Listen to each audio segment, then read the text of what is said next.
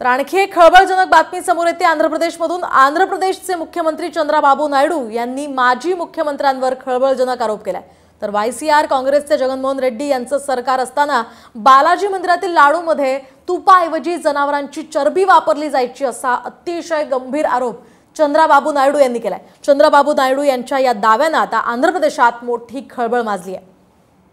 खरं तर बालाजी महाराजांचा प्रसाद खरं तर सगळीकडे वाटला जातो आणि सगळ्यांनाच तो पसंतही असतो, मात्र आता त्या लाडवामध्ये चक्क तुपाऐवजी जनावरांच्या चरबीचा वापर केला जात असल्याचा हा दावा चंद्राबाबू नायडू यांनी केल्यामुळे चर्चा सुरू झाली आहे। आता एक ब्रेकिंग न्यूज समोर येते। अजित पवार गटाला शरद पवार गटाने आणखी एक धक्का दिलाय। छगन भुजबळ यांचे समर्थक आणि ओबीसी सेलचे अध्यक्ष ईश्वर बाळबुद्धे हे पुन्हा आता शरद पवार यांच्या पक्षात येणार असल्याचं कळतंय। उद्या शरद पवार जयंत पाटील यांच्या उपस्थितीत सकाळी 11 वाजता त्यांचा पक्षप्रवेश पक्षाच्या कार्यालयामध्ये होणार आहे। तर ओबीसींना न्याय मिळत नसल्याची भावना घेऊन ओबीसी पदाधिकारी पवारांच्या गटात परतणार असल्याचं आता साम टीव्हीला सूत्रांकडून कळतंय।